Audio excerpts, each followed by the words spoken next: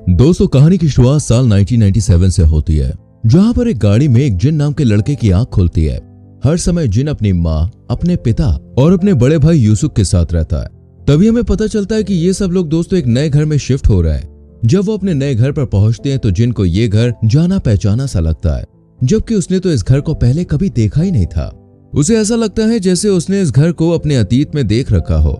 फिर हमें बताया जाता है कि जिन का भाई यूसुफ हमेशा से ही अपनी क्लास का टॉपर था और उसने अपनी ग्रेजुएशन भी एक टॉप यूनिवर्सिटी से की थी।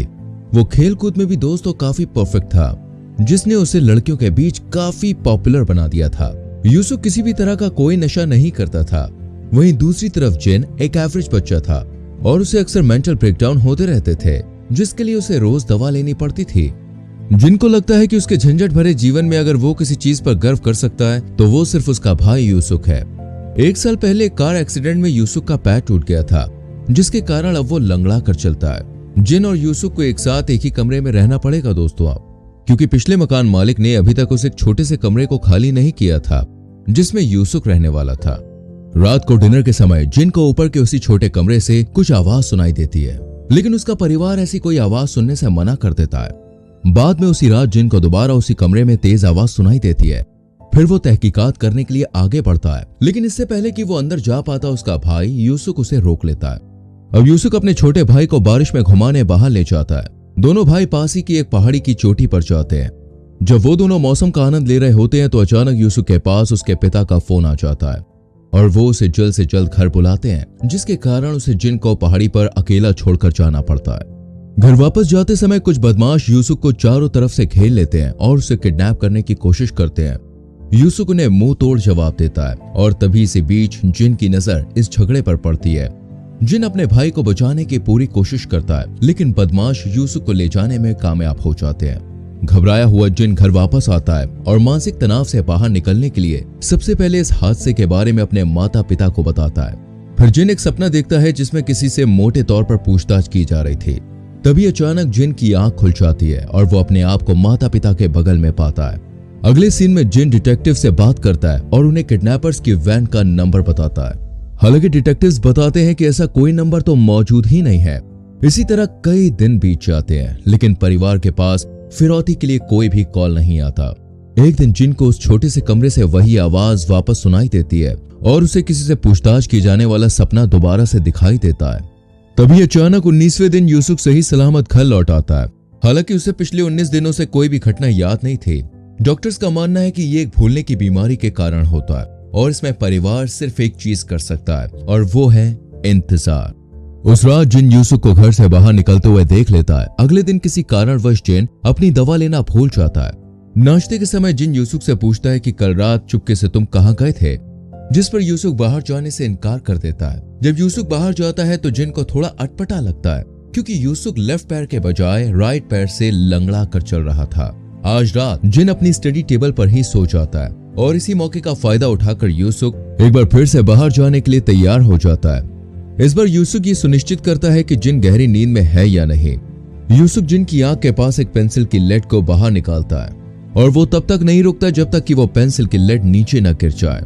यूसुफ के चले जाने के बाद हमें पता चलता है कि जिन जाग रहा है और वो टैक्सी में अपने बड़े भाई का पीछा करना शुरू कर देता है।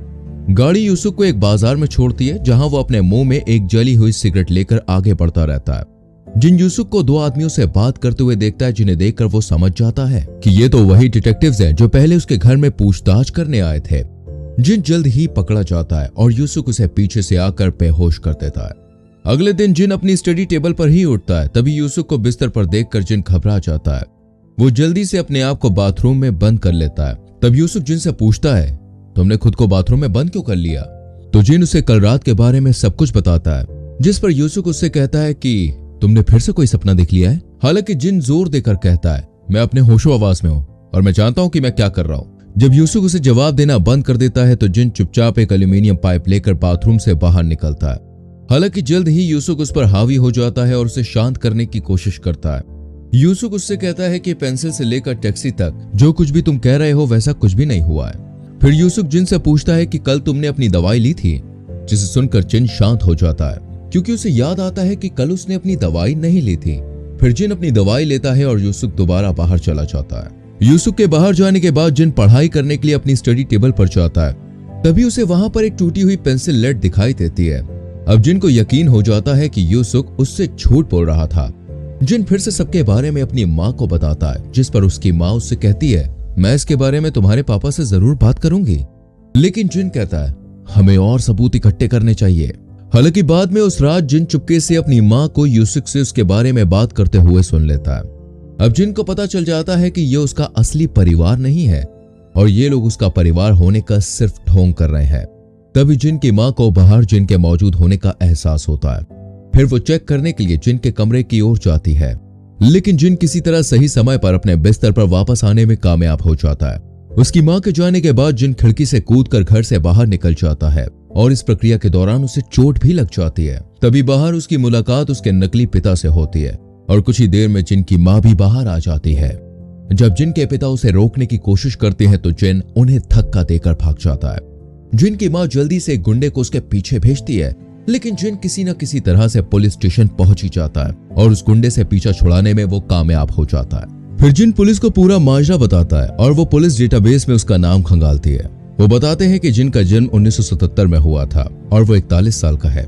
हालांकि जब जिन जोर देकर कहता है कि वो 41 साल का नहीं 21 साल का है, इस पर एक पुलिस अधिकारी उससे पूछता है कि चलो तुम ये बताओ कि ये कौन सा साल है, जिस पर जिन जवाब देता है कि ये 1997 है।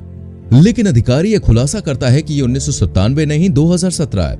जिन ये सुनकर हैरान रह जाता है और चारों तरफ देखता है। तभी उसे कुछ लड़कों के हाथ में मोबाइल फोन दिखाई देता है। साथ ही उसे टीवी पर एक न्यूज दिखाई देती है जिसमें साउथ कोरियन प्रेसिडेंट मून जे-इन और अमेरिकन प्रेसिडेंट डोनाल्ड ट्रंप एक साथ दिखाई देते हैं। और जिन जब अपने आप को आईने में देखता है तो वो महसूस करता है कि वो तो सच में 41 साल का है। कंफ्यूज जिन अपने नकली परिवार का सामना करने के लिए घर वापस आ जाता है। घर में उसे उसी छोटे कमरे से रेडियो की आवाज आती है जिसे अब एक क्राइम सीन में बदल दिया गया था। तभी जिन का परिवार उसके सामने आता है और उसका भाई होने का नाटक करने वाला लड़का जिन को बताता है कि जिस कमरे में वो खड़े हैं उस कमरे में 20 साल पहले एक टीनेज लड़की और उसकी मां की हत्या कर दी गई थी। जब पुलिस कई सालों तक हत्यारे को पकड़ने में नाकाम रही तो मामला ठंडा पड़ गया। इसलिए पीड़ितों के परिवार ने हत्यारे को ढूंढने के लिए नकली यूसुफ को काम पर रखा। फिर थोड़ी तहकीकात करने पर उस हत्यारे की पहचान जिन के रूप में हुई। यहाँ से सीन फ्लैशबैक में शिफ्ट होता है जहां हमें दिखाया जाता है कि उस हत्या करने वाली बात को कबूल करने के लिए जिन को किडनैप कर लिया गया था और उसे बुरी तरह से पीटा गया था, लेकिन जिन ने अपनी बेगुनाही बरकरार रखी। साइकेट्रिस्ट पार्क आका जिन का फर्जी पिता इन्वेस्टिगेशन टीम को बताता है कि जिन अपनी याददाश्त खो चुका है क्योंकि ये घटना बहुत ही दर्दनाक थी। इन्वेस्टिगेशन टीम साइकेट्रिस्ट पार्क से कहती है कि क्यों न जिन को हिप्नोटाइज करके वापस 1997 में भेज दिया जाए, क्योंकि उन्हें उम्मीद थी कि अगर जिन उन हत्या की घटनाओं को फिर से देखेगा तो हो सकता है कि उसकी याददाश्त वापस आ जाए और वो उन्हें बता सके कि उस दिन क्या हुआ था। इधर सब कुछ प्लान के मुताबिक ही चल रहा था, लेकिन उस रात जिन ने यूसुफ का अपहरण होते हुए देख लिया था। दरअसल यूसुफ को धोखाधड़ी के केस में गिरफ्तार किया गया था और वो 19 दिनों तक भी इसलिए गायब था क्योंकि उतने समय में वो जेल में था। पर फिर 19 दिन पूरे होने के बाद वो जमानत पर बाहर आ गया। तभी इस बात का खुलासा होता है कि उस छोटे से कमरे से आ रही आवाज किसी और की नहीं बल्कि उन इन्वेस्टिगेटिंग ऑफिसर्स की थी जो वहां पर काम कर रहे थे। अब कहानी वापस प्रेजेंट में आ जाती है। यूसुफ जिनको एक ऐसी जगह ले जा रहा था जहां उसे उन 2 मासूम जानों की मौत की कीमत चुकानी पड़ेगी। जिन अपनी बेगुनाही बरकरार रखता है और वैन से बाहर कूद जाता है। यूसुफ उसका पीछा करता है लेकिन आखिर में उसकी गाड़ी एक पेड़ से जाकर टकरा जाती है। वहीं दूसरी तरफ जिन को भी एक अजनबी ट्रक टक्कर मार देता है जिसके कारण उसकी 1997 की याददाश्त वापस आ जाती है। यहाँ से सीन शिफ्ट होता है और हमें 1997 में फिल्म का शुरुआती सीन दिखाया जाता है। उस समय जिन अपने असली माता पिता और अपने बड़े भाई यूसुफ के साथ था। तभी अचानक एक कार एक्सीडेंट में दोस्तों उसके माता पिता की मौत हो जाती है और उसका बड़ा भाई यूसुफ बुरी तरह से घायल हो जाता है। यूसुफ की सर्जरी करवाने के लिए जिन को पैसों की सख्त जरूरत थी, लेकिन 1997 क्राइसिस की वजह से यह बहुत ही कठिन समय था। हताश जिन नौकरी की तलाश में ऑनलाइन जाता है जहां एक अनजान व्यक्ति उसे मैसेज करता है कि अगर वो किसी की पत्नी को मार देता है तो वो उसे मुंह मांगी रकम देने का वादा करता है, लेकिन जिन को घर में मौजूद बाकी 2 बच्चों को बिल्कुल सुरक्षित छोड़ना होगा। बताए गए घर में पहुंचने के बाद जिन की अंतरात्मा उसे इस काम को अंजाम देने की इजाजत नहीं देती। वो यहाँ से जाने ही वाला था, लेकिन तभी दोनों माँ बेटी जिन को देख लेती है और जोर जोर से चिल्लाने लगती है। जिन घबरा जाता है और हड़बड़ाहट में वो दोनों माँ बेटी को मार देता है। तभी एक छोटा बच्चा बाहर आता है और जिन को देख लेता है, लेकिन जिन उसे वापस अपने कमरे में जाने के लिए कहता है। जैसे ही जिन इस घर से आने लगता है तो उसे पता चलता है कि ये तो उसी डॉक्टर का परिवार है जो उसके भाई यूसुफ का इलाज कर रहा था। अब जिन उस अनजान आदमी से मिलता है जो कि असल में उसके भाई का डॉक्टर था, और अब जिन ये जानने की कोशिश करता है कि ये डॉक्टर अपने ही परिवार को क्यों मरवाना चाहता था।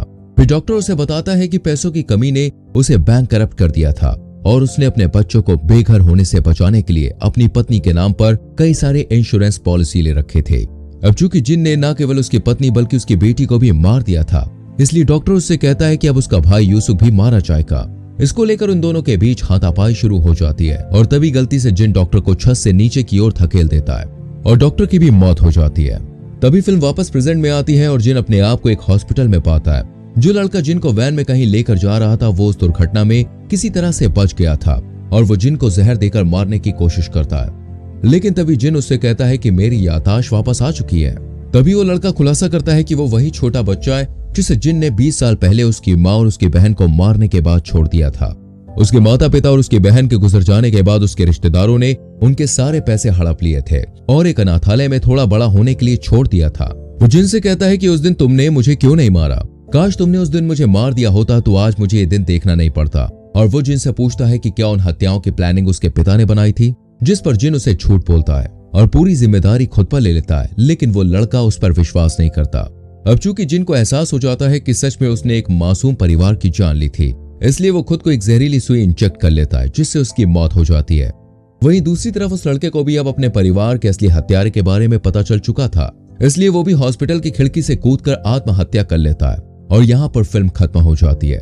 दोस्तों, ऐसी और वीडियोस देखने के लिए हमारे चैनल फिल्म एडिक्ट को सब्सक्राइब जरूर करें और बेल आइकॉन प्रेस करना ना भूलें, जिससे आने वाली वीडियोस आपसे मिस ना हो। मिलते हैं अगली वीडियो में। Bye bye.